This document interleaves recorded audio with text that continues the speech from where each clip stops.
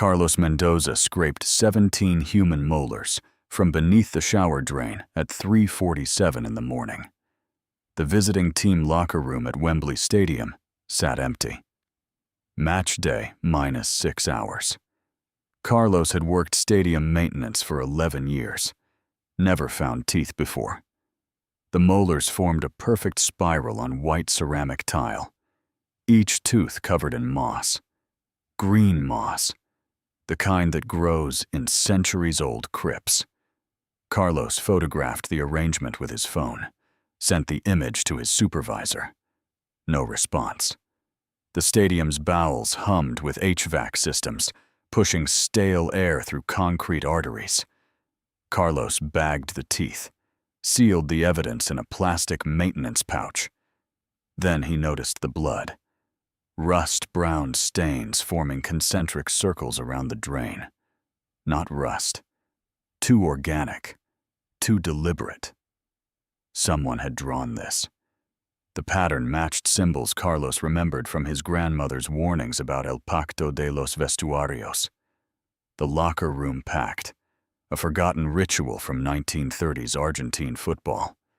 Players desperate for victory would sacrifice pieces of themselves. Teeth, fingernails, blood. The stadium would remember. The stadium would give back. But stadiums built on old ground held older memories. Wembley sat on ground that hosted the 1908 Olympics. Before that, Watkins Tower construction site.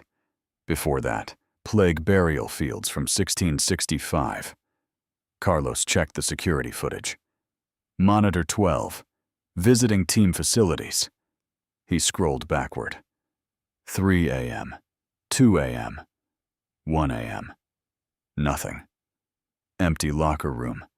Empty showers. At midnight sharp, the footage glitched. 30 seconds of static. When the image returned, the shower floor was clean. No blood. No pattern. But Carlos saw his own boots. Walking backward. Frame by frame, Carlos Mendoza's body moved in reverse through the locker room, his back facing the camera, his gait unnatural, knees bending wrong. Carlos's recorded self walked backward into the steam room. The timestamp read. Carlos checked his phone. He had clocked in at 11 p.m., walked the upper decks first, checked concession storage, reached the visiting locker room at 3:30. He had never entered the steam room. The door required a supervisor keycard. Carlos didn't have clearance. He rewound the footage again, watched his doppelganger move in reverse. The figure stopped at the steam room door. The door opened. No hand touched the handle. The door simply opened. The figure walked inside. Steam poured out. The door closed. Carlos felt his left jaw ache. A molar. Upper left. The tooth his dentist had warned him about 6 months ago. Cavity reaching the root. Carlos tongued the tooth. Still there. Still solid. He opened the evidence pouch. Counted the molars again. 17. He photographed each one individually. The moss wasn't just growth. Under his phone's flashlight, Carlos saw etchings. Tiny carved symbols on each tooth surface. Names. Dates. 1934, 1958, 1966, 1978, 1986, 1998, 2002, 2010, 2014, 2018, World Cup years. Carlos cross-referenced the names on his phone. Search results loaded. Groundskeepers. Stadium maintenance workers, all found dead in locker room facilities. All missing teeth. The reports called them accidents, heart attacks, slips on wet tile, carbon monoxide from faulty boilers.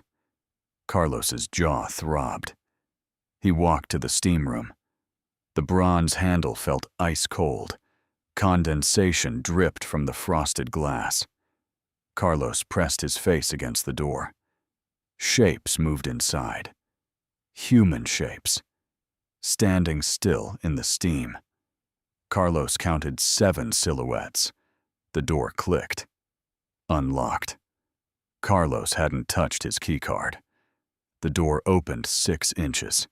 Steam poured out. Thick, chemical smelling. Not water vapor. Something else.